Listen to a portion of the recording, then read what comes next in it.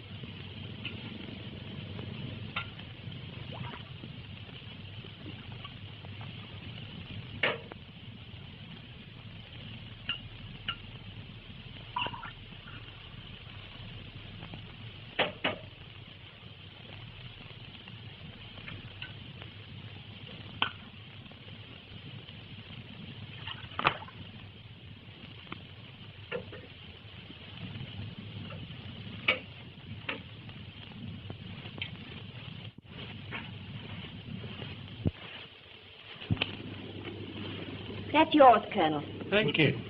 Mr. Fisher, another whiskey. Thank you. You can get me one, Kathleen.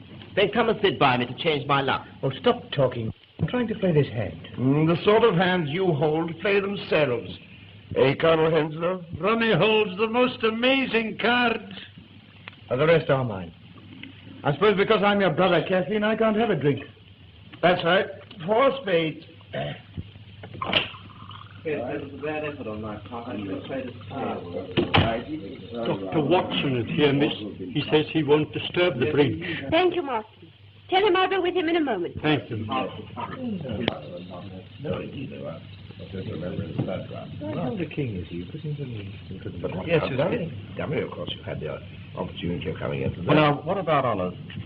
There's 4 in one hand and 1 in the dummy, and it's 81. Excuse me, sir. This was on the floor. Thanks.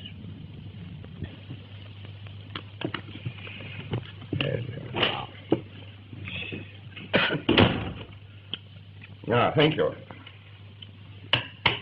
My dear, I believe. Will you cut, Colonel? Come and sit by me, Kathleen. I can't leave Dr. Watson alone. I must go. Is that the Dr. Watson, the friend of Sherlock Holmes? Yes. Then you know Holmes? No. Dr. Watson has known us since Ronnie and I were kids. But we've never met Mr. Holmes. He's always too busy. I see. I've got 2 aces of spades.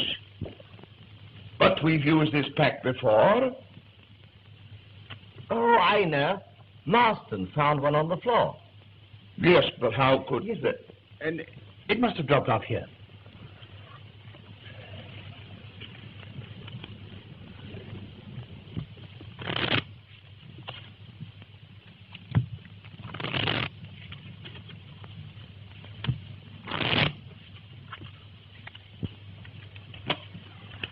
Your cut, please, Colonel. Cut for me, Ronnie. Well, Oh, don't go, Kathleen. I'll come and say good night to you all before I go to bed. I expect you'll all be at it till 3. No, don't get up. I hope you all win.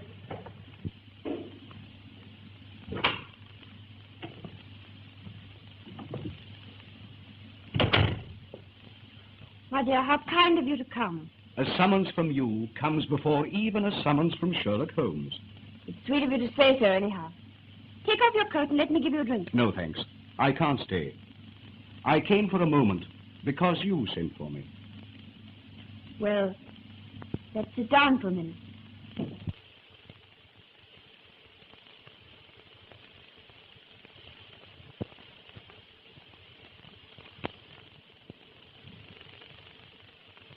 Has Ronnie got another bilious attack? No.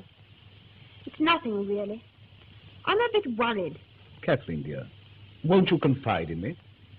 It's about Ronnie. This gambling. You know, 6 months ago we hadn't a shilling. You mean when your trustee absconded and shot himself? Yes. We were going to leave here.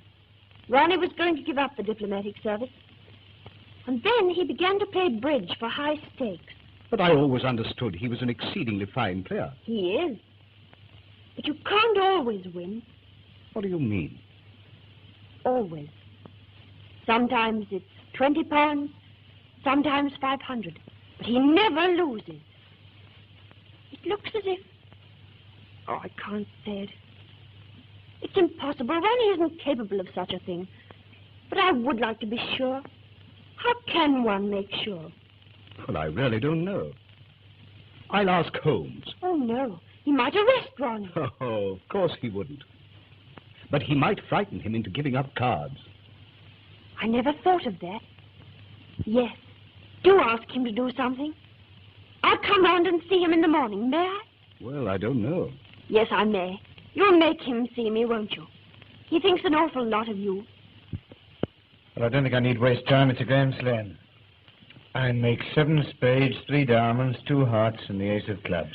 That's right. Another big rubber. Well, that just about cleans me up.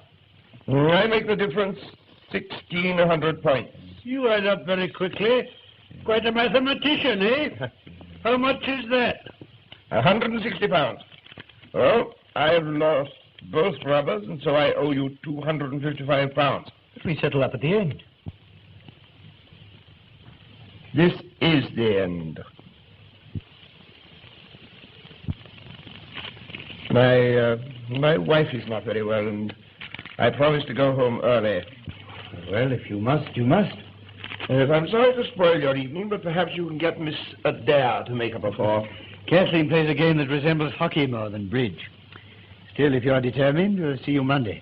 I'm afraid I shan't be able. I have to go out of town on important business, and I don't know when I shall be back. Then it's no use trying to fix another evening. I'm afraid not. Let me know when you're back. Good night. And thanks very much. I didn't know Sir Timothy played bridge. Sir Timothy? Yes. Timothy Frobisher. He's the 4th. You know, one can't work long with Sherlock Holmes without picking up some of his tricks of observation and deduction. What makes you think he's here? His initials. T.F. Timothy Frobisher. Elementary, my dear Kathleen, elementary. And then there are further indications. The owner of this hat is immensely tall. You see, he's bruised the top edge here, probably going through a door. Excuse me, may I have my hat? Yours? Certainly. My initials are inside. T.F. Thomas Fisher. Oh, I beg your pardon. You're not going? Yes, my wife is not very well, and I promised to get home early. Oh, I am sorry. I think I'll go too.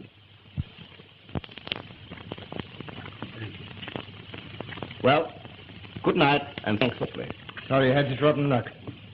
See you Monday. Well, really, I think I better not. I've lost an awful lot lately, and I think I better chuck it for a bit. Oh, just as you like. Oh, don't think me rude, but I just can't afford it. That's all right, Eva. Good night, Colonel. Good night.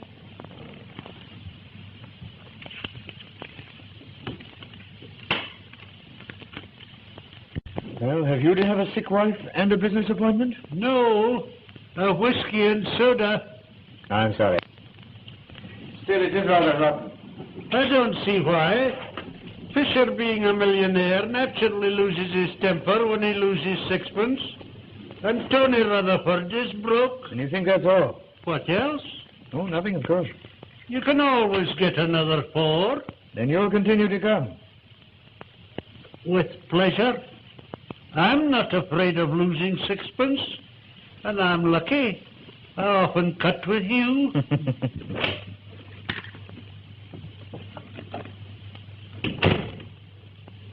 What's the matter with you all, stopping so early?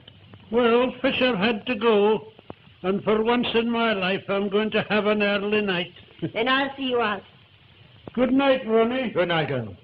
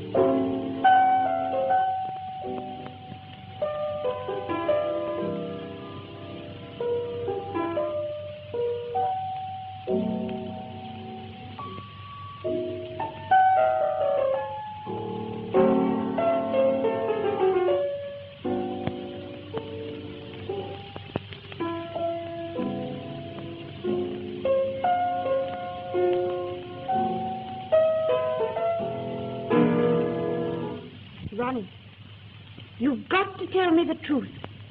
The truth? What do you mean? I've got to find out the truth. Terribly difficult thing, darling. Ronnie, stop. Kindly explain this ace of spades. Explain this. You know exactly what I mean. When Marston picked it up, you said it belonged to that pack. It doesn't, and you know it. Well, it must belong to some other pack. A hidden duplicate pack. What the devil do you mean? How dare you suggest that God knows I don't want to suggest it. But we were ruined. Then you started playing bridge for high stakes. Look here, Kathleen. We've always been the best of pals. But if you're going to say things like that, Don't you see? Everything points to it. Oh, I don't believe it. I won't believe it. If I did, I'd rather put a bullet through your head than own a brotherhood. Yes, Master? Excuse me, sir. A note from the Foreign Office. Thanks. Who brought it? The Commissioner, sir. Is he there? No, sir. He said there would be no answer. Thanks. Shall you want anything else, sir? Not tonight, Marston. I shall want breakfast a bit earlier. The foreign sending craft me at 9:30. Very good, sir. Good night, please. Good night, Marston. Good night, sir. Good night. Anything serious? Well, if you must know, they want me to go and see some German fellow in Hampstead who'll tell me some official secret which was probably published in last night's paper. Don't go, Ronnie. I've got to have this out with you. I can't believe... Ronnie.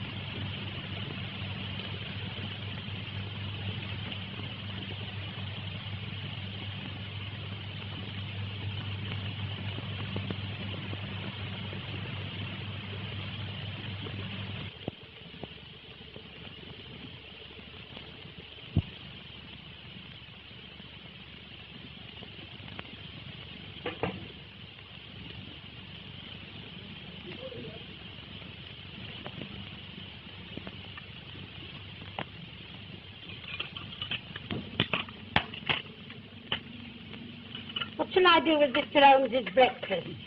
Isn't he up yet? I ain't no sign of him. Hasn't even took in his shaving water. I do wish he'd be a bit more regular in his habits. Meals at all times of the day, does turn the house upside down. But you know, Mrs. Hudson, you always insist on keeping his meals for him. He never asks. Yes, but the poor man must eat sometimes. If I didn't see that he had a bite now and again, it'd have been in his grave years ago. I should go and bang on his door. Yes, sir. But sometimes when he's thinking out his problems, he's that cross when he's disturbed. He won't be this morning. He's rather good-tempered. And he doesn't want any breakfast.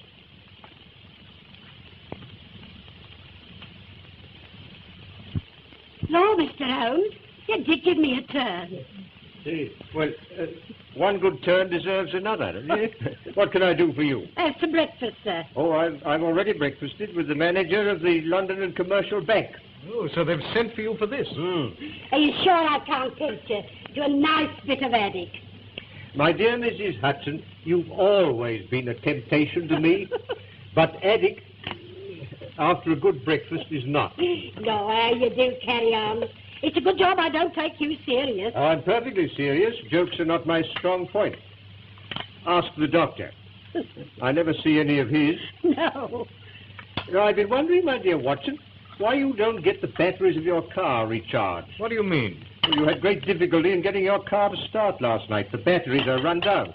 They are, but how did you know? You've a blister at the base of your fingers on the right hand. As you've not been sculling on the serpentine this morning, I deduced that you've been cranking your car. That's rather wonderful. That's elementary, my dear Watson. Elementary. Oh, let me give you a hand. Thank you, sir. Can you lift that? Yes. And the cloth on the top, I Yes, suppose. please. There you are. Thank you. You sure there's nothing else I can do for you? No, nothing, thank you. Oh, wait a minute. Let me give you a hand.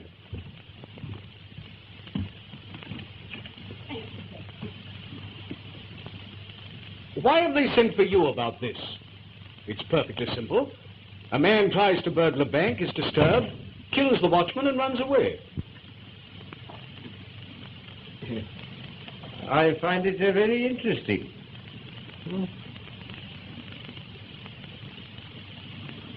Have you ever heard of Professor Robert Moriarty? No. What's he got to do with it? Oh, he's to do with half the crimes the world over. He started as a mathematical professor, but ugly rumors gathered round him, and he resigned.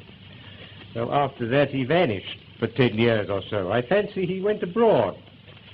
Then he returned to England, and things began to happen. What thing?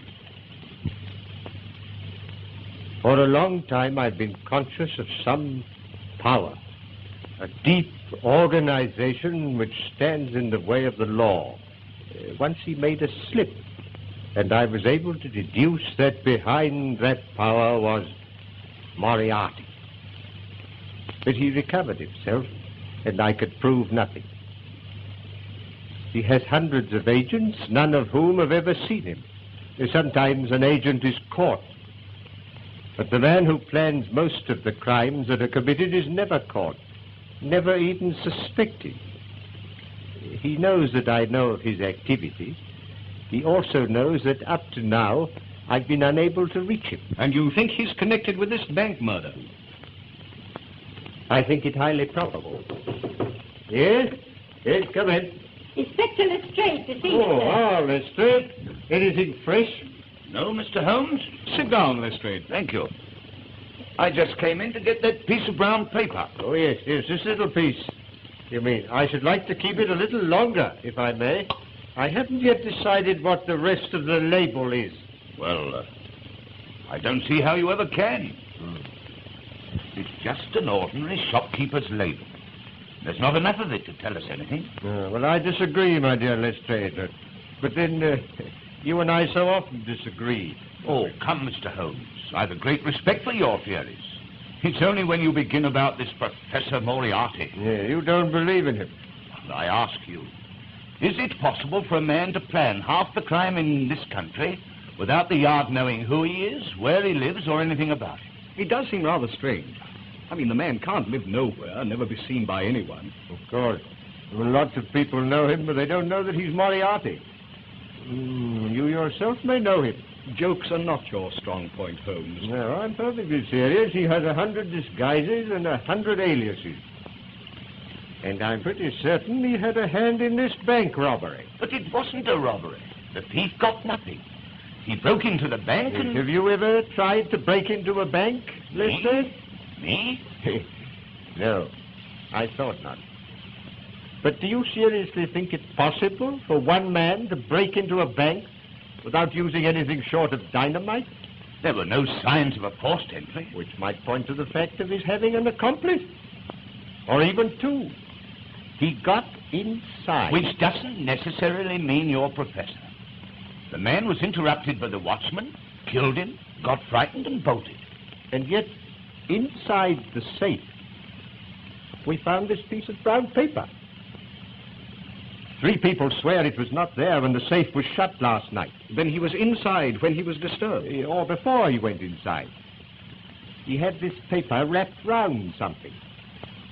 You'll observe that this end here is slightly torn and there is a blood stain on it. I therefore deduce that the struggle with the watchman took place first, and he then took his parcel into the safe.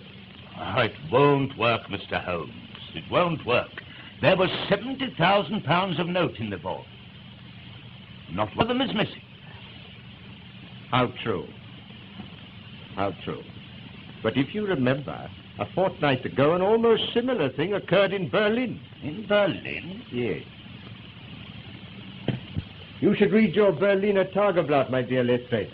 The strong room of the Reichsbank was entered. The watchman was laid out, happily not killed, and nothing was removed. Very strange, Mr. Holmes. Very strange indeed. It looks almost as if there was a connection. I should like time to think it out a bit. When can I have that piece of brown paper? I'll let you have it this evening. In the meantime, would you be good enough to warn all foreign customs officials to be on the lookout for a very large quantity of English banknotes which will be smuggled through in ordinary luggage? What do you think? I think it would be a wise precaution. Very good, Mr. Holmes. I'll get back to the yard now and put the matter in hand. Good morning, gentlemen.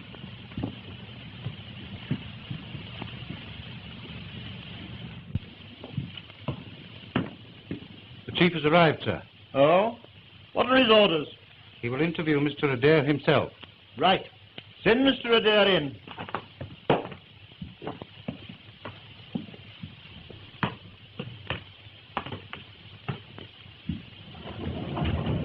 What the devil's the meaning of this?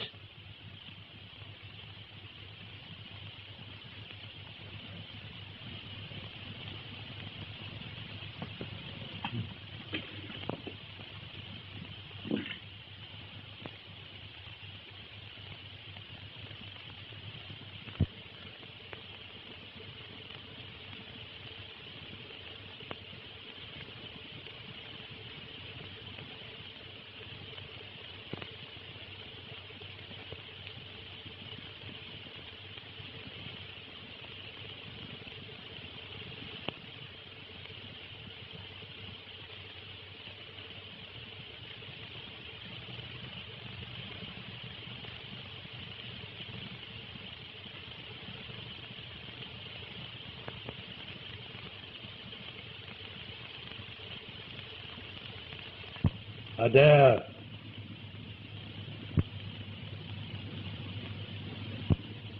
Adair. My God, am I drunk or what? I hope not at 10 o'clock in the morning. What's all this about? I was seized in a car, blindfolded, and driven half round London. I apologize for that. It was just a slight precaution. And you must forgive me concealing my identity behind the sleeping cardinal. Please sit down.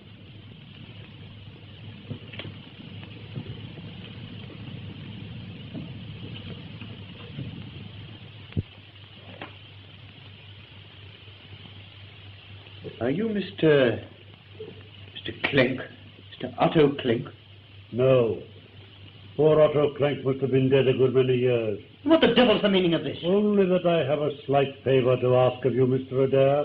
A favor? Who are you, anyway? I understand that you are leaving on the Golden Arrow at 11 o'clock tomorrow for Paris. And if I am? You are going on Foreign Office business, and you will have a laissez-passer, which means that your luggage will not be examined by the customs. I want you to take a suitcase to Paris for me. I'll do nothing of the kind. Why should I? Because you can't help yourself. Don't be ridiculous. Sit down, Adair. You go to hell. Sit down. You have been cheating at cards. What? I repeat, you have been cheating at cards. Oh. I should have warned you that this picture is painted on steel. Sit down. All your life you have been interested in sleight of hand. Your trick of palming a whole pack of cards has been very useful to you since your trustee absconded and left you and your sister penniless. It's a lie. You have taken to playing bridge for very high stakes. When you deal, you simply change the pack after it has been cut to you. You have a carefully prepared pack in the palm of your hand. You do the same when you cut a pack to your opponent. Now, this procedure, if publicly known, is not likely to lead to an advancement either social or diplomatic. In fact, it means the end of you. Who's been telling you this ridiculous story? Last night you made a slip. You dropped the ace of spades. Now I think I can count on your doing me this very slight service. Go on. A suitcase bearing your initials will be delivered at your flat at 9:30 this evening. You will pass it through the customs with your other luggage. I understand you have engaged a room at the Bristol in Paris. You will take your luggage there, and by 10 o'clock tomorrow night, the suitcase will have vanished from your room. You will make no comment. What's in this precious suitcase? That does not concern you. Yes, but it might be anything. Stolen jewels, bombs, heaven knows what. No, I'll be damned if I'll be made use of in this way. I feel sure that you will change your mind. In the event of your not doing so, you will find the only alternative in the box on the table. What do you mean?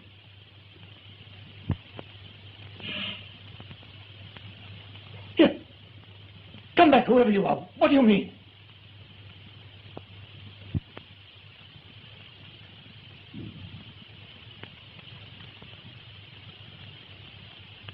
The only alternative. Oh, my God.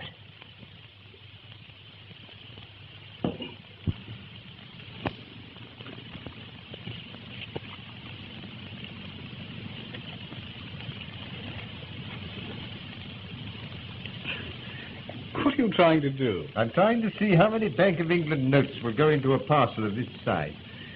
You see, my dear Watson, that this note should fit into these creases. There you are, as I thought exactly. Here. Were you busy this morning, Watson? No, I kept the morning free. I rather hoped you'd see Kathleen Adair. She's due here now. I sent her a note on the way home from the bank. Oh, that's very kind of you. Then you will have a talk to Ronnie. No, I want to talk about him. He's in the diplomatic service, isn't he? Yes. And what's that got to do with it? What's what got to do with what, Watson?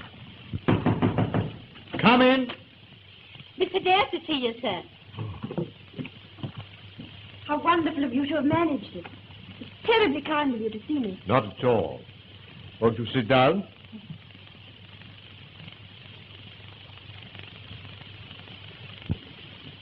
Watson's told me how worried you are about your brother, but I don't quite see what I can do.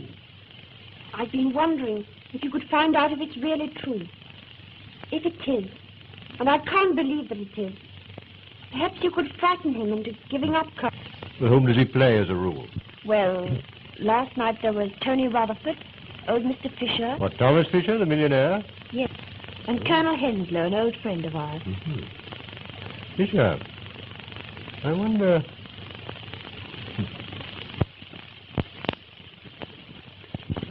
Forgive me, Miss Adair, but does your brother travel at all on official business? Quite a lot.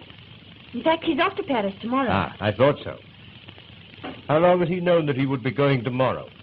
3 or 4 days, I think. Where is your brother at the moment? I don't know. At the Foreign Office by now, I should think. He went out early this morning. They sent a car for him. Oh, do you happen to know where he had to go? I think he said Hampstead. I know it wasn't far.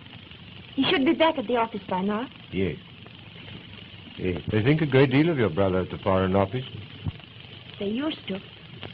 But lately he's been playing so much bridge. I'm afraid he's been neglecting his work. Yes, that's a pity. Yes. I wonder if you'd be good enough to ask your brother to come and see me this afternoon. Of course. I'll go round to the Foreign Office now. Oh. I might just catch him. Why not telephone? He hates being rung up there, and I couldn't explain on the telephone. What shall I do if I miss him? Well, when will you be seeing him? Tonight. He's dining out, and he's bound to come in to dress. Very well. In that case, would you be good enough to ask him to come and see me in the morning before he starts? That's awfully kind of you. Don't mention bridge to it.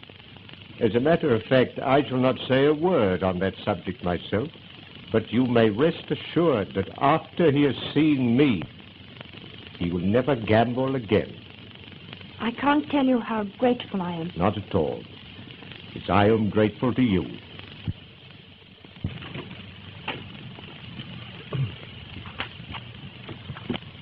Goodbye. Watson? Yes?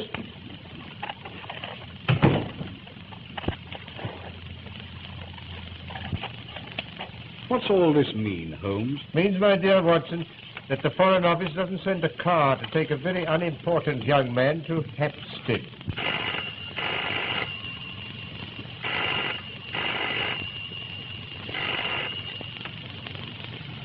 Hello?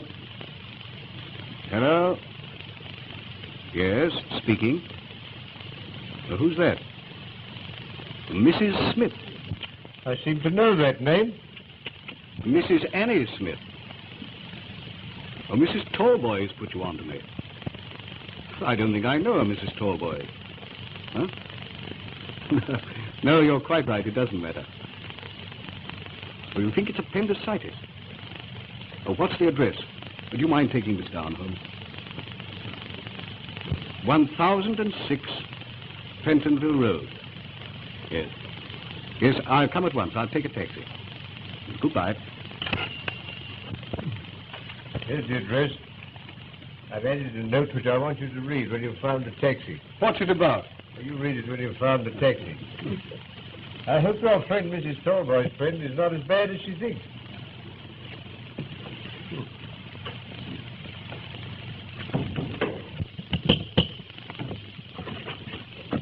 Now, what is it? Please, Mother says, can I have Carl's pajamas? They've blown us our line into your backyard. You've no right to hang out your washing and your whatnots in a respectable neighbourhood like this. Mother said if you started carrying on about the washing, I wasn't to stand any of your lip. Your mother said that? Yes, she did. Well, I've never had such impudence in all my born days. You go and I'll give your mother lip. You wait. Mother said I was to take back the pajamas and not to talk to you. She doesn't think you're respectful. What's that?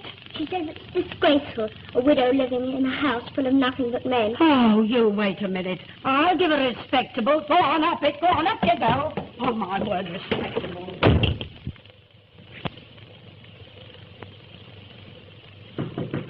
Yes? Come in. Mr. Holmes. Yes? Sir. I'm just going to step round to that Mrs. Freeman. I've got a few things I want to say to her. Yes, Mrs. Hudson.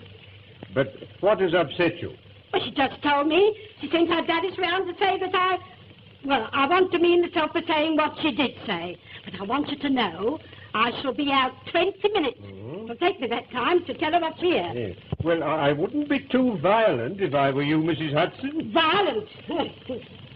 Indeed, I'll set about her good and proper. Indeed, I would, if it wasn't for my chronic ulceritis.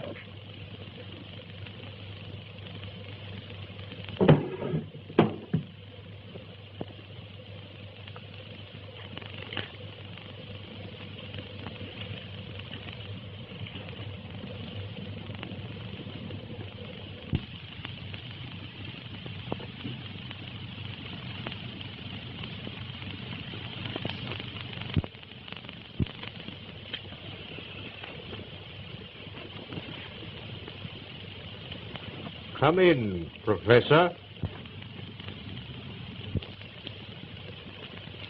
You think you know me, Mr. Holmes? Why not? You called upon me once before. On that occasion, your face was completely covered with surgical bandages. But your arrival coincided with the same removal of Watson and Mrs. Hudson. You were a little more original in your methods last time. Today, I recognized the symptoms. I was expecting you, Moriarty. How clever of you, Holmes. Yes. Won't you take off your scarf, Professor? Yes, perhaps you're right. This room is rather draughty. Shall we sit down? I'm afraid my method of getting rid of Watson and Mrs. Hudson was a trifle crude. But I had a sudden impulse, and anyhow it served its purpose. Except that our interview will be a brief one. Watson will have read my note in the taxi, telling him to ignore the call and come back here in 5 minutes. In that case, I will be brief.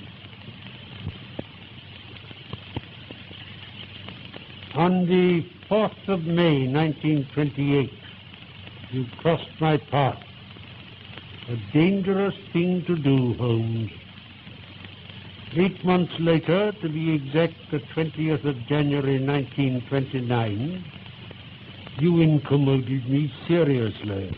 Yes, you made a bad slip in 1929, didn't you? Nearly had you, Professor. And now I find you so constantly in my way that it would be better for me if you were removed. Perhaps what I have to say has already crossed your mind. Possibly my answer may have crossed yours. You stand fast? Absolutely. A great pity, Holmes. I have a great respect for your mentality. A great pity. You're getting in the way of a great organization, the full extent of which even you, with all your cleverness, cannot realize. You wish to put me in the dock. You never will. If you destroy me, rest assured I shall do as much for you. That's very interesting, Professor, but your 5 minutes are up. I fancy I hear the arrival of Watson. May I offer you a piece of advice? Never give way to sudden impulses. They're even more dangerous to you than I am. I read your note, Holmes. I beg your pardon. Did you come to see me? Your friend is in great danger.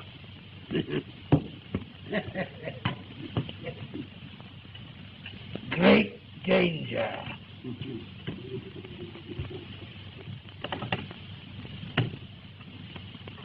What's the matter with him? It is the draft, Watson. He's feeling the draft very badly at this moment.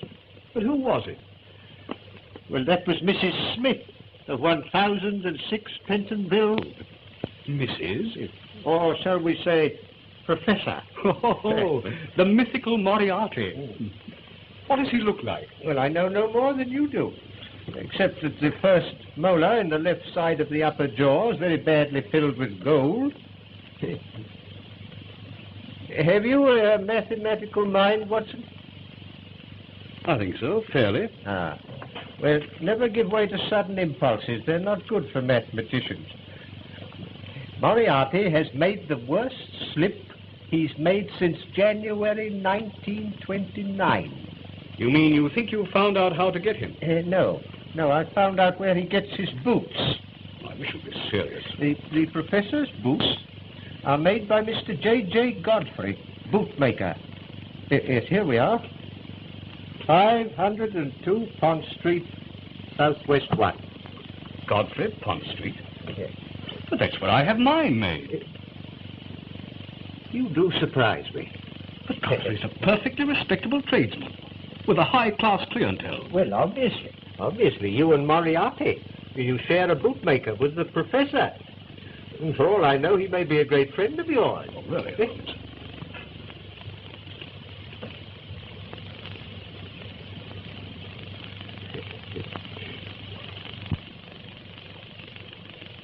Does Mr. Godfrey make his boots on the premises? Yes, in the basement. He showed me over his workshop once. Yes. I think I'd like to see over that workshop. We'll arrange with Lestrade to call there about 8 o'clock tonight. But how can it possibly matter where Moriarty buys his boots? Only that this piece of brown paper, which was found in the strong room of the bank, bears a piece of the label of Mr. J.J. Godfrey, bootmaker. Holmes, you're marvelous. Oh, elementary, my dear Watson. Elementary.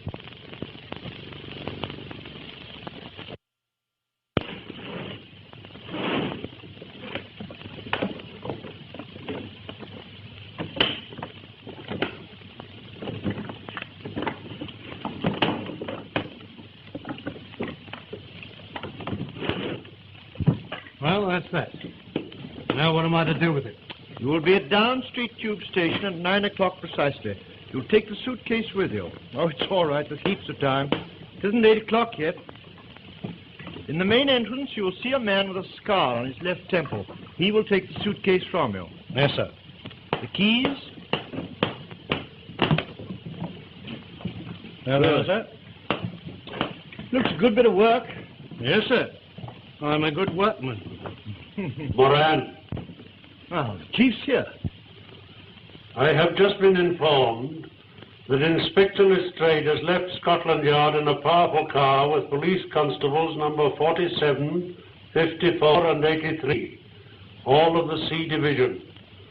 They will doubtless call for Sherlock Holmes and that great detective, Dr. Watson. Don't attempt to hide the suitcase. It would look suspicious. And see that everything is tidy. If the police detain you, I have arranged for someone else to take the suitcase. Don't off and then come in here, Moran. You heard? Yes, sir.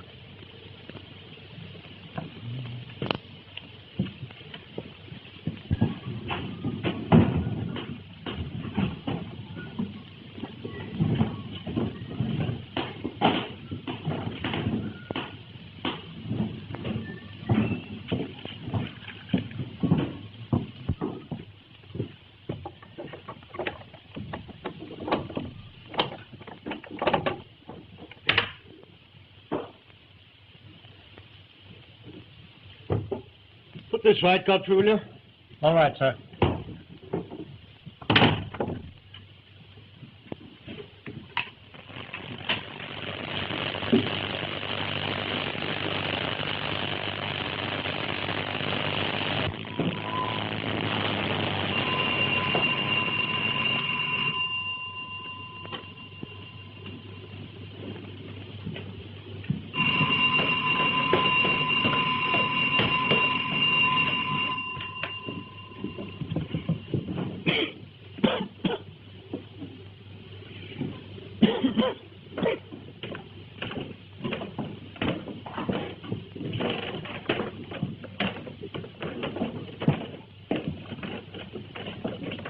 Which of you is Mr. Godfrey?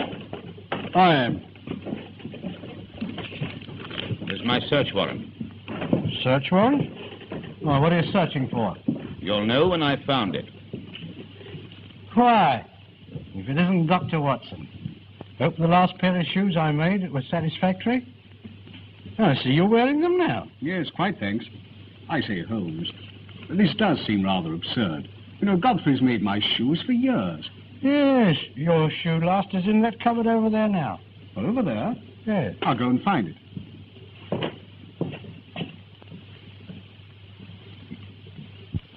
I suppose, Godfrey, you know what we've come for. I haven't the slightest idea.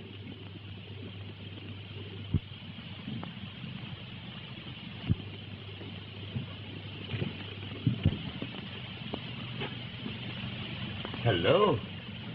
Starting out a new branch, eh? Oh, that? Yes, that's an experiment.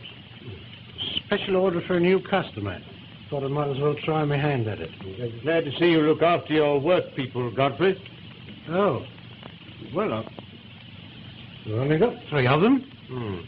There's Roberts and Williams and his brother here. Yeah. Well, you look after them. The place is properly ventilated.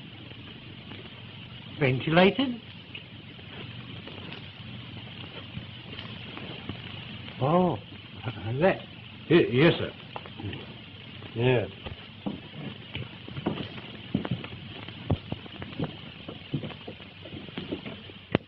Oh, yes. A ventilator.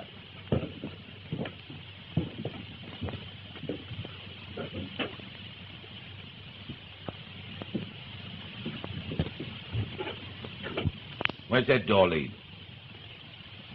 To the area. But as you can see, it hasn't been opened for years. Well, I should like you to open it. Heaven only knows where the key is. That door hasn't been opened since I don't know when. Oh. Godfrey, this is a curious looking... What do you use for? It's used for special work. Oh.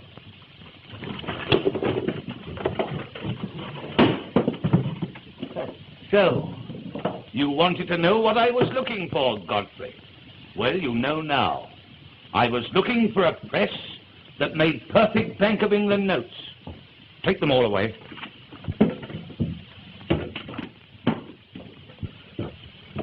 What are you doing? Quick, follow this wire. Let's straight. What for?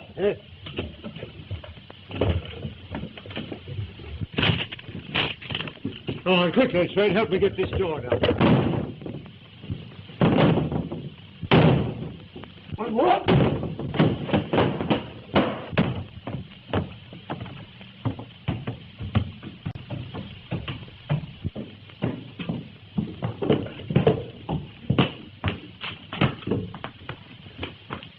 Watson. Damn.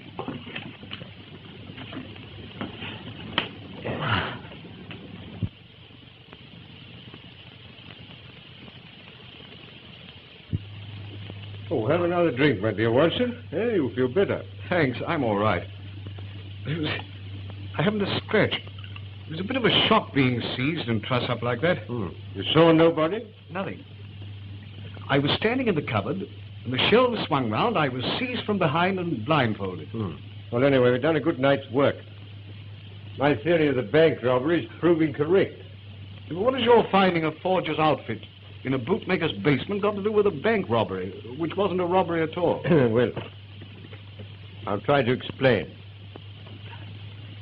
Within a fortnight, the strong rooms of 2 banks are entered by unauthorized persons and nothing is removed. But in each case, something is taken into the strong room. In the case of the Reichsbank, a cardboard box. In the case of the commercial, a piece of brown paper. Well, they wanted to take the notes away in them. The brown paper had been creased and folded round something. Well? Mr. Godfrey's printing press makes perfect Bank of England notes. Now, supposing they have an accomplice who gives them the numbers of the notes in stock. They make duplicates. Probably perfect duplicates if my friend Moriarty has anything to do with it. They change these for the real one. Now, the forgeries have to arrive at the bank uncreased and spotless. Hence the brown paper. But the real ones can be taken away anyhow, stuffed in the pockets, anything. And the paper discarded.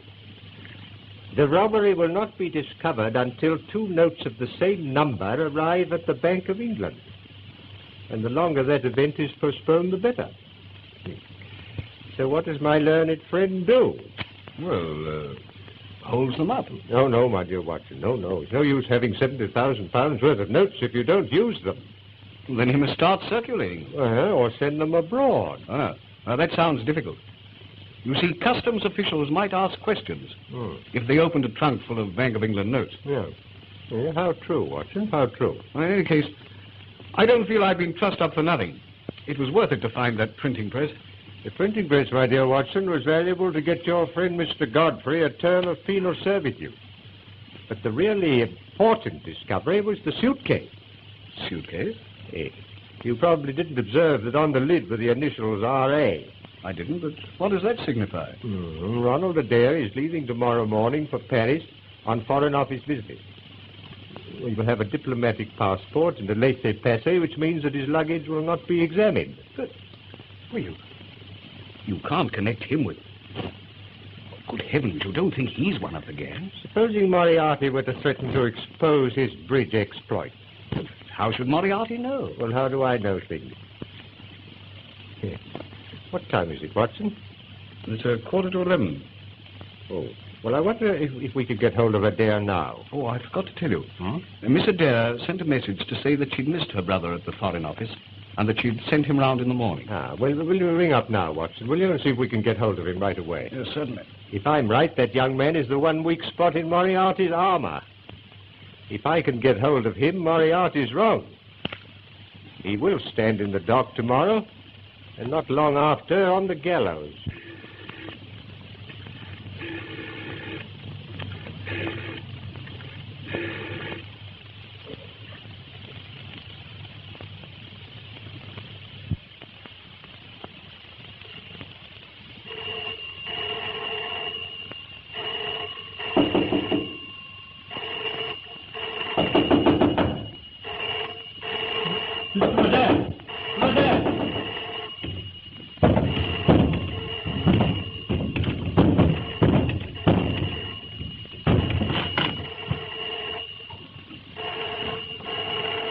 Mr. Adair? Mr. Adair!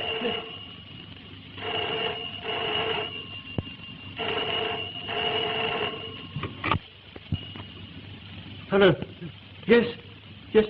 You can't, sir. You can't. He's killed. Yes, I've just found him shot through the head. Is it usual for you to go to bed as early as 10 o'clock? Yes, sir. When there's no company. And you heard nothing at all? No, sir. You see, our bedrooms are all at the back of the building, completely cut off from the rest of the flat. I see. Yes, sir. Thank you. Would you send the butler to me? Yes, sir. You can go too. But surely, Lestrade, considering what I've told you about the bridge party, it was obviously a case of suicide. Then where is the revolver? Well, he must have thrown it out of the window. Well, the bullet didn't penetrate the brain. He may have been conscious for a few seconds after the shot. And his fireplace shows that he'd been burning his correspondence. A good deal of correspondence.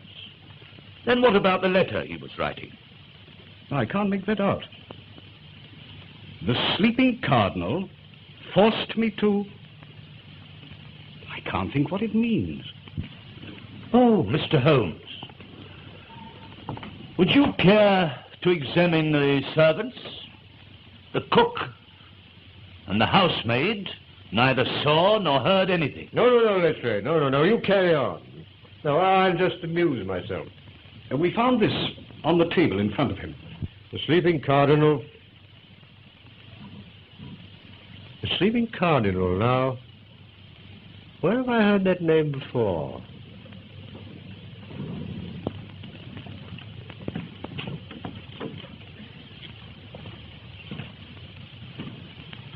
You're the butler here. Yes, sir. Have you been with the family long? 3 years, sir. Then you know their ways. Did anything unusual occur here this evening? No, sir. Miss Adair dined alone at home, and Mr. Adair came in at 9:15 with Colonel Henslow. Who is Colonel Henslow? Oh, he's an old friend of the family. He knew Ronnie Adair's father in India. Sir Henry Adair was Governor-General of Bengal, you know. They used to hunt tigers together. Did you gather at all what they were talking about when they came in? Well, sir, Mr. Adair was saying, "And you think Fisher means trouble?" Mm-hmm. That was all I heard, sir. How long was the Colonel here? Barely half an hour, sir. Was Miss Adair with them? No, sir. She was in her room. Was anyone else in the flat? No, sir. You're positive that there was no one else at all? No, sir. Oh, a man came about 9:30 with a new suitcase that Mr. Adair had ordered. What kind of a man? I didn't notice him particularly, sir. He wasn't actually inside the flat. He just handed me the case and I signed for it. Where did the case come from? I really didn't notice, sir. I just told Mr. Adair it was here, and he told me to put it with the other luggage in his bedroom. Oh. Which one? That's the odd thing, sir. It isn't here. And I can't find it anywhere, though I've searched the flat. It was quite an ordinary sort of case. Can't think where it could get hidden. But it must be somewhere. Unless Mr. Adair took it out. He didn't go out, sir. He went straight to his room after the Colonel had left. Why didn't Miss Adair come and see the Colonel? Wasn't she friendly with him? Oh, yes, sir. She was quite friendly with him. Wasn't she friendly with her brother? They were devoted to each other. They was, sir. But there was a bit of a shindy last night, sir. Well, she never mentioned anything about it to me. No, sir. It was after you and the other gentleman had left. I can't think it was a serious quarrel. I beg pardon, sir. It was. I brought in a note for Mr. Adair, and I don't think they heard me come in. What were they saying? Well, sir, Miss Adair was very excited, and she said, "I'd rather put a bullet through your head than own a brother who..." And then she saw me and stopped. Directly afterwards, Mr. Adair left the room. And tonight, how did you know he'd been killed? The phone bell was ringing in this room, which was locked, and I got no answer to my knocking. What did you do? I broke down the door. And then I found Mr. Adair in that chair, lying across the table, dead, and the window open. How long had he been in his room? About half an hour, sir. And you heard nothing? Not a sound, sir. And I was in my pantry, which is on this side of the flat. Thank you, Master. Would you ask Mr. Dare to come here? Yes. I think if I were you, I should see Colonel Henslow first. I understand he's with Miss Adair. And after all, he was the last person to see Adair alive. Yes. Will you ask the Colonel to come here? Very good, sir.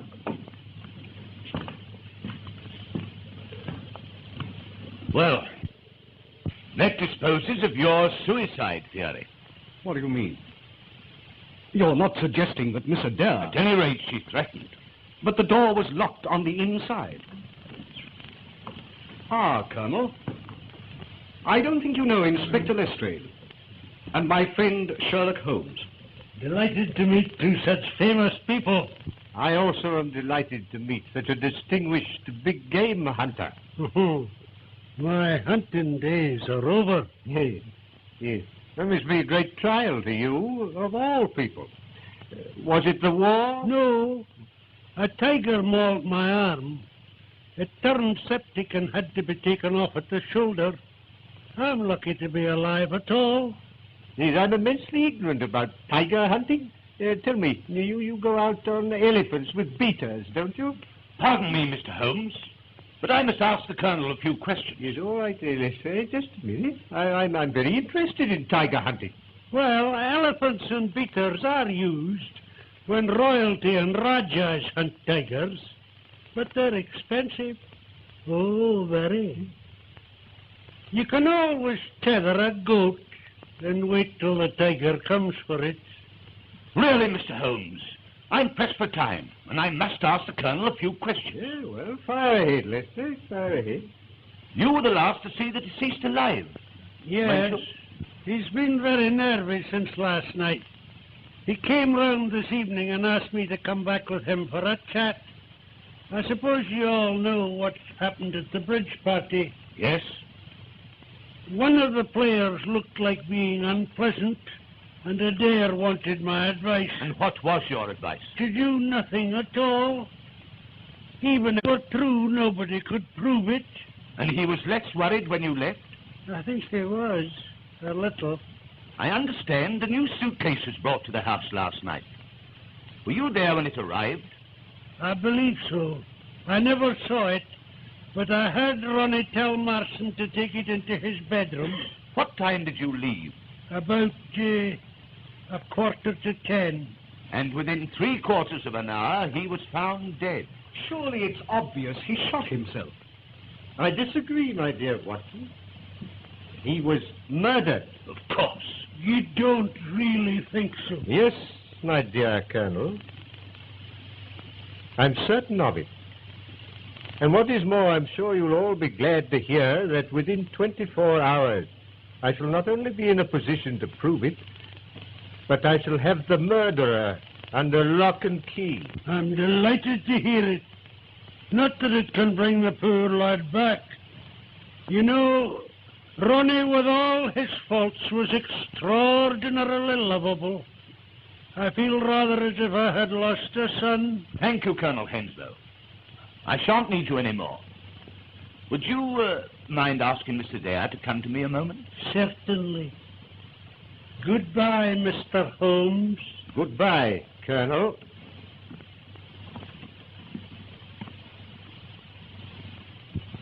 I'm sorry I interrupted you, Mr. Holmes, but you seem so interested in tigers, I thought you were never going to stop. They interest me.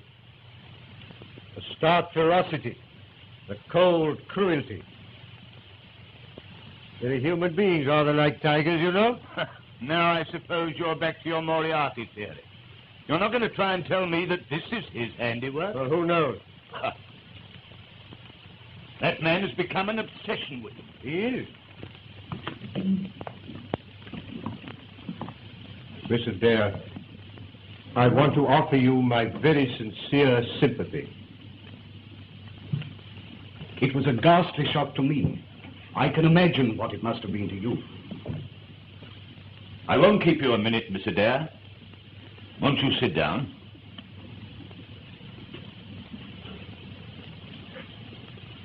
When did you last see your brother? At 6:30. He came in to dress, and I came in here to give him a message. What was the message? I told him that Mr. Holmes wanted to see him before he went to Paris. You see, I had asked Mr. Holmes to interview him. What did he say? He was upset. In fact, we had rather a quarrel about it. Another quarrel? You had one the night before. Yes, but this was not so serious. He was merely annoyed that I had spoken to Mr. Holmes. He was very annoyed? Well, rather. He seemed more frightened than annoyed. I couldn't understand. And so you quarreled again? Well, yes. He said I had no business to interfere in his affairs. And did you again threaten to shoot him? Shoot him? What do you mean? The night before, your butler heard you threatening him. Oh, no. I never did anything of the kind. I shoot Ronnie. You said you would rather put a bullet through his head than own a brother who... Oh, that was only a figure of speech. I was accusing A him most of something. unfortunate figure of speech, considering that within 24 hours he was found with a bullet through his head. But you don't think that No, miss. But I must ask you to come along with me after I finish my investigation. I say, Lestrade, this is grotesque. Holmes, listen. Here's Lestrade suggesting that Miss Adair... No, Dr. Watson, I didn't. All I want is her to come along and make a statement. I'm sure Miss Adair will be delighted to go with you, Lestrade. It is quite a warm night. Anything you say, of course. Thanks, miss. I shall be ready in a minute. Then I'll go and put on my things. If you have no more questions. No, nothing else, thanks.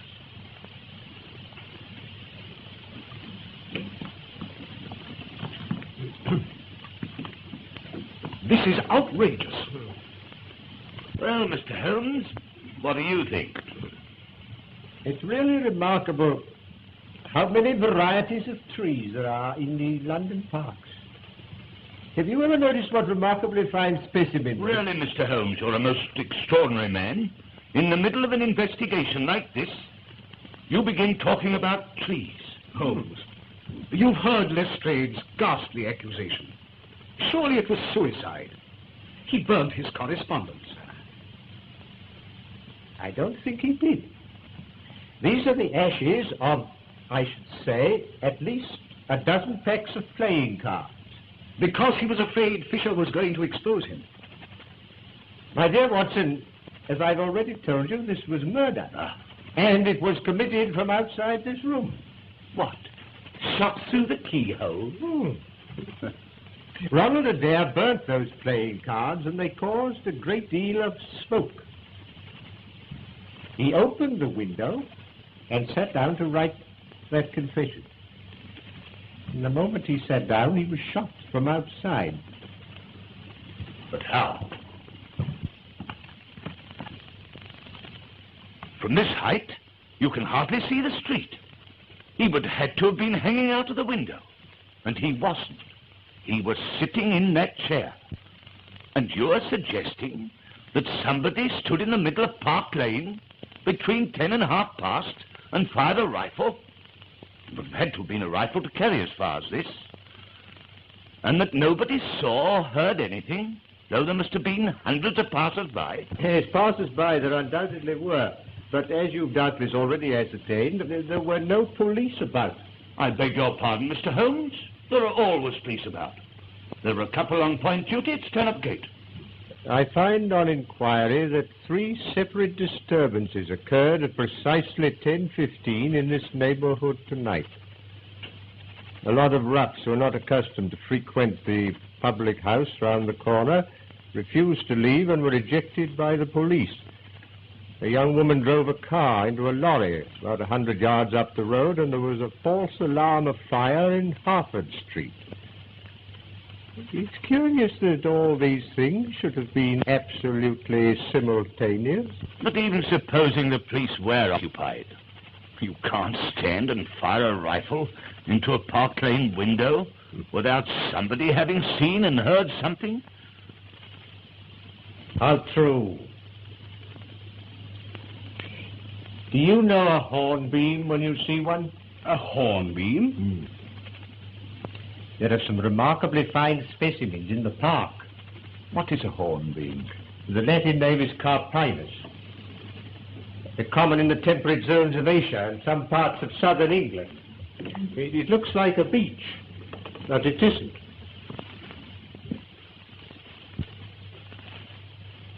You know, Dr. Watson, in spite of the fact that I've known Holmes for some years, I sometimes wonder if he's all there.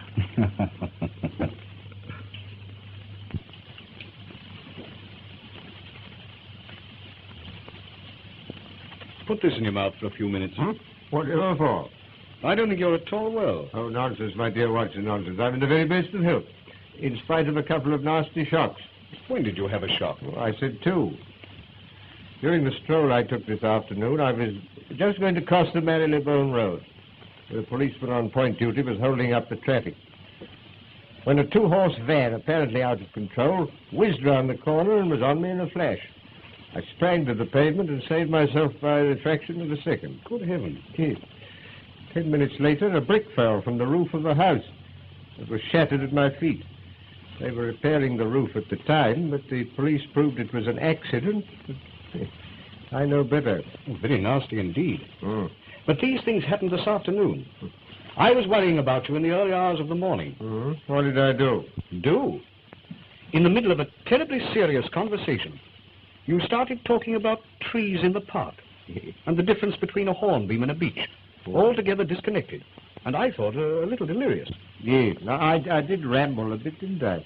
And I'm sorry you made what Lestrade called a bombastic statement, that within 24 hours, 12 of which, by the way, have already gone, you would have the murderer. No, it wasn't at all like you, Holmes. No, you did look as if I were very ill, didn't it? It gives Lestrade such a chance to crow. He thinks he's done a frightful lot and you nothing. He's disposed of my suicide theory and made an arrest. Who? I wonder he hasn't arrested you or Mrs. Hudson. And he never stops talking about this mythical Moriarty. Now listen, my dear Watson. I have established to my own satisfaction that in both the Reichsbank and the commercial bank cases, forged notes were substituted for real ones. Well? I have also established to my own satisfaction, and through the missing suitcase, that Ronald Adair was to have taken those English notes to Paris. And the same brain that planned that scheme planned the removal of Ronald Adair. But why should they remove their means of getting the notes safely out of the country? Because Ronald Adair refused at the last minute. Why should he? He was still open to exposure as a cheat. That's what frightened him. Yes, but I frightened him still more. When his sister told him that I wanted to see him, he was panic-stricken, but he realized that his cheating could only result in scandal. The other meant certain jail. I see. And what did you make of that letter he was writing about the sleeping cardinal? Now that, my dear Watson, is the most significant aspect of the case. Do you remember 8 months ago when Trimble the forger was found on the embankment dying from terrible injuries? Yes? Yes?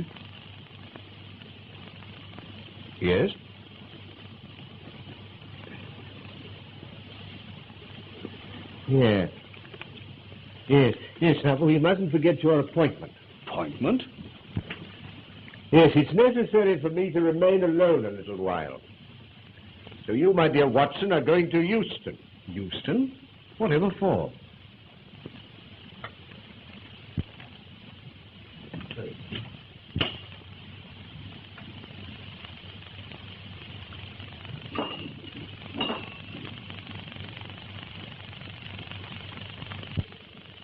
What's the idea? You'll see.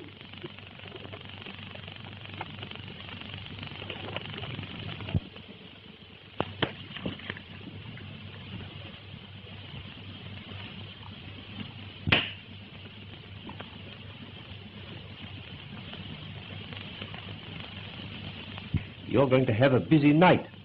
Now, I want you to put on your coat and hat, take a suitcase, you needn't pack anything, get a taxi, and make a great fuss about getting it.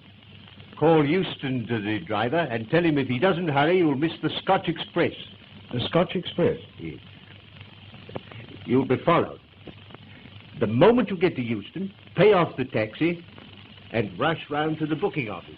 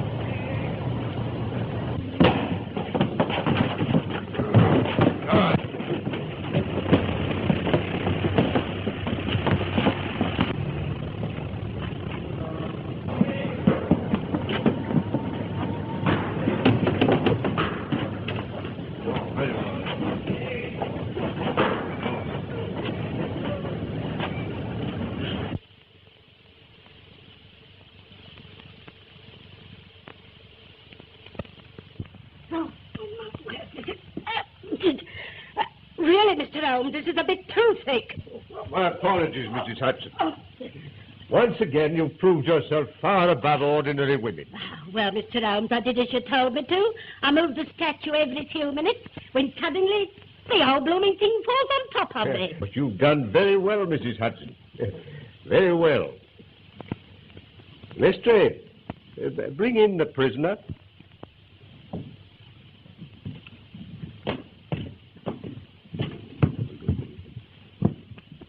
Oh, may I see that, Lestrade?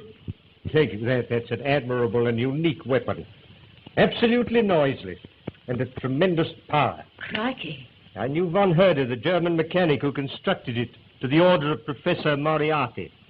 I've known of its existence for some time, but I've never handled it before. Ah, Watson, I've just been murdered. Perhaps you'd like to see who my assailant is.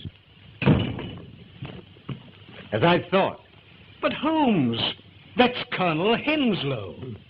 And what are you charging me with? Why, for the attempted murder of Sherlock Holmes, of course. No, Lestrade, I shall not appear in this. To you, and you alone belongs the credit for this remarkable arrest. With your usual happy mixture of cunning and audacity, you've got him. Got him? Got who? Well, the man who climbed a tree in the park last night. A hornbeam, to be correct, and shot Ronald Adair through the open window of his flat in Park Lane. Has it occurred to you, Mr. Holmes, that it must be rather difficult to climb a tree and shoot anyone when one only has one arm? Ah, yes, I'd forgotten. Your left arm must be causing you great inconvenience. Yes. Lestrade, I wonder if you'd be good enough to free it for the Colonel. Hello? What's the game? Let me introduce you to Professor Robert Moriarty. The mythical Moriarty, my obsession. I warned you when you called upon me yesterday that sudden impulses were dangerous. I observed that the first molar in your left upper jaw was very badly filled with gold. And when Colonel Henslow was feeling as if he'd lost the sun, I observed the same bad workmanship in the same tooth. You clever, cunning swine. You think you've got me and you're safe, but you're up against an organization, Holmes. They'll get you. They'll destroy you. I might even do it myself.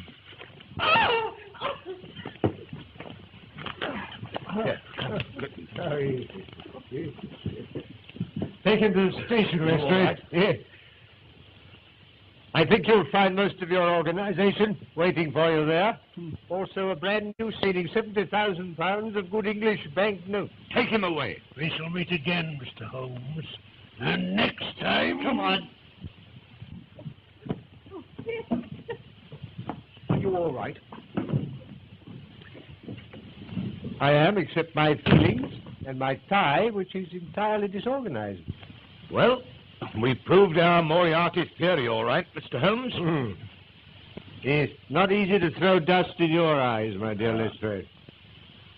Doesn't do to trifle with Scotland Yard. Quite true, Mr. Holmes. Quite true. Well, now, Watson, what about the drink? You'd like one, wouldn't you? Thanks. Lestrade?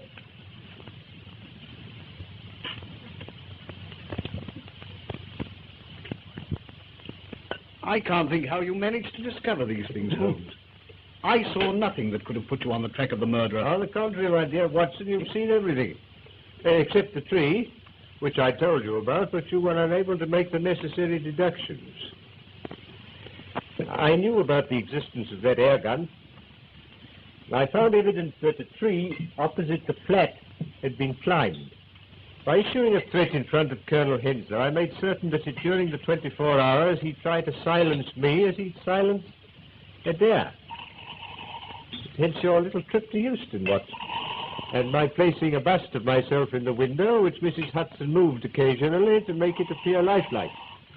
I knew that Moriarty couldn't resist such an opportunity. But what gave you the idea, Mr. Holmes? Colonel Henslow himself.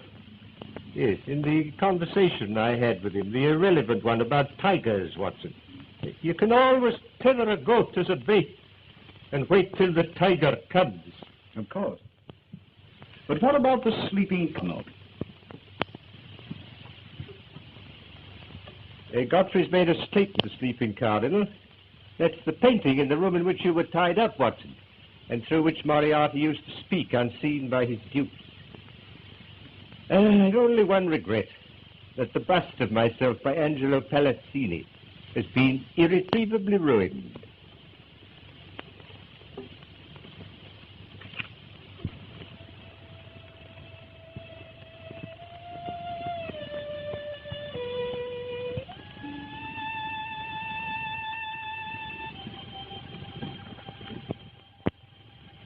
Really, Mr. Holmes,